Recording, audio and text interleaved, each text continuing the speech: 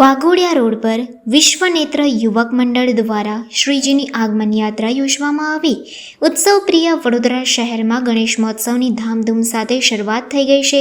ગઈકાલે ગણેશ ચતુર્થીના પાવન અવસરે વાઘોડિયા રોડ સ્થિત વિશ્વનેત્ર યુવક મંડળ દ્વારા વિઘ્નહર્તા ગજાનન ગણપતિજીની ભવ્ય આગમન યાત્રાનું આયોજન કરવામાં આવ્યું હતું। આ યાત્રાનો પ્રારંભ ઉમા 4 રસ્તાથી થયો હતો, જેમાં મોટી સંખ્યામાં શ્રદ્ધાળુઓ ઉમટી પડ્યા હતા। શ્રીજીની આગમન યાત્રા fire brigade Suryanagar Waghodia road સ્થિત સ્થાપના સ્થળે પહોંચી હતી। ત્યાં વિધિપૂર્વક ગણપતિ બાપ્પાની પ્રતિમાની સ્થાપના કરવામાં આવી હતી। આ આગમન યાત્રામાં દર્ભાવતીના ધારાસભ્ય શૈલેષભાઈ મહેતા ખાસ ઉપસ્થિત રહ્યા હતા અને શ્રદ્ધાળુઓ સાથે મળીને આ ધાર્મિક પ્રસંગનો આનંદ માણ્યો હતો।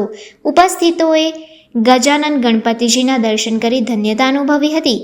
ગણેશ મહોત્સવ માત્ર ધાર્મિક તહેવાર જ નથી, પરંતુ સામાજિક એકતાનો પાવન પ્રસંગ પણ છે। વિઘ્નહર્તા ગજાનનના આગમન સાથે શહેરમાં આનંદ, ભક્તિ અને ઉત્સવનો માહોલ વ્યાપી ગયો છે।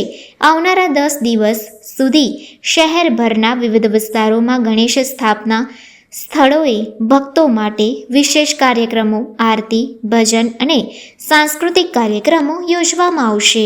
વિશ્વનેત્ર યુવક મંડળ સૂર્યનગર દ્વારા ફરીવાર ગણેશ સ્થાપનાની શરૂઆત કરવામાં આવી છે અને આપ જોઈ શકો છો એક ભવ્ય લાલબાગના રાજા એવી મૂર્તિ અહીંયા સ્થાપન કરવા આજે આગમન યાત્રા છે અને આગમન યાત્રામાં યુવાનો ઉત્સાહ અને ઉમંગ દેખાઈ રહ્યો છે।